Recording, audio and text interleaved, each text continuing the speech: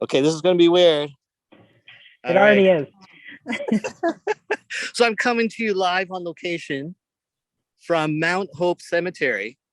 This is a cemetery that is across from our house, and it's right on the border of Kitchener, Waterloo. And it's an interesting place. I remember when we first moved here, I was like, I don't know. Like, I don't know if I want to live near a cemetery. And it's a big cemetery.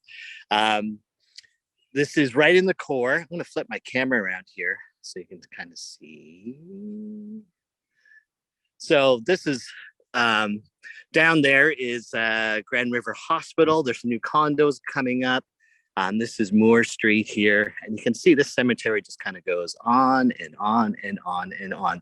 And I really debated whether or not we wanted to actually move here, because it's just, the concept of being near tombstones all the time really kind of weirded me out at first until I started walking here. And I realized that this being near a cemetery can really ground you as to where you are right now at this moment.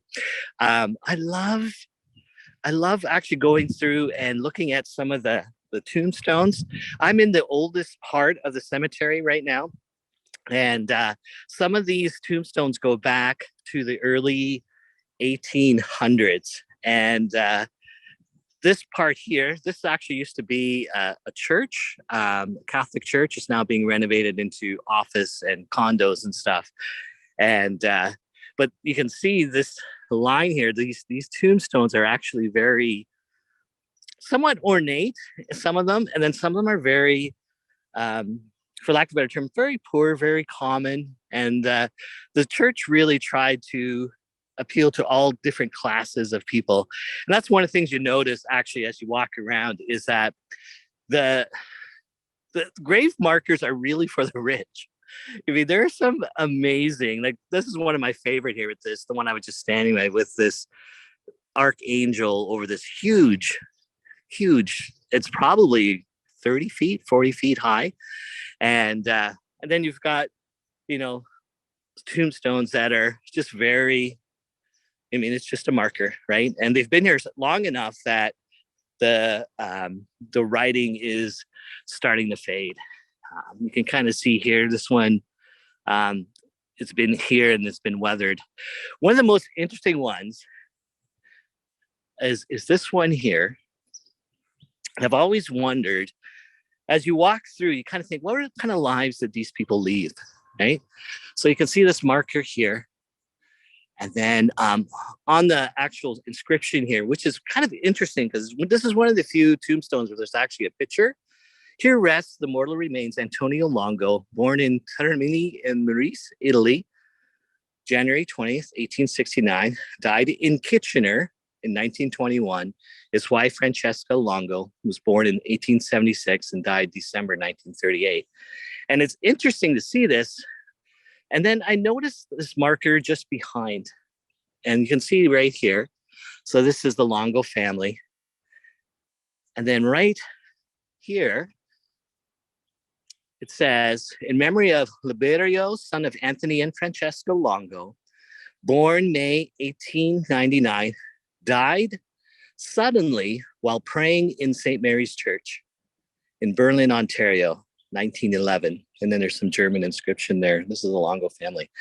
And I'm like, I wonder what actually happened. Can you imagine being in Devos and all of a sudden, boink, somebody just dies? And this child, Liberio, was 12. And obviously he was cherished by his parents. And I think about this a lot, about some of the family connections that these markers represent. If you start looking around the cemetery, you realize that these are a lot of the founding families in Kitchener-Waterloo, Cambridge, Guelph. You recognize some of the names and the street names. Over here is all the markers for all the pastors that have served with this Catholic Church over here. One of the sadder things that I think when you start looking at all the markers is we're in the oldest part, and as you go that way, which is towards my house, there's less and less Christianity. And it's very, very apparent. So you'll notice that there's a lot of crosses, there's a lot of God language on the markers. And then about in the 1940s, 1950s, you start to see that the crosses are disappearing. So really, they just become markers of a person. And you can see kind of the transitions that are happening here, right? You can see in the distance, there's a lot of crosses, and then you can start to see the transitions happening here. And that's not a judgment on these families. It's more of something I noticed. And it always makes me think, what will be my legacy when I pass on? I mean, what will I be remembered by? Will people remember me or the Christ that was in me? I don't know. I'm sure all of these people here that we see thought, different things. I don't know. I wonder what it would take to be remembered as a man or a woman of faith.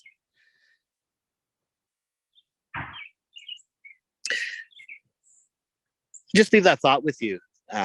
There's no answer really per se, other than, to let Christ shine as brightly as you can in these moments that we have.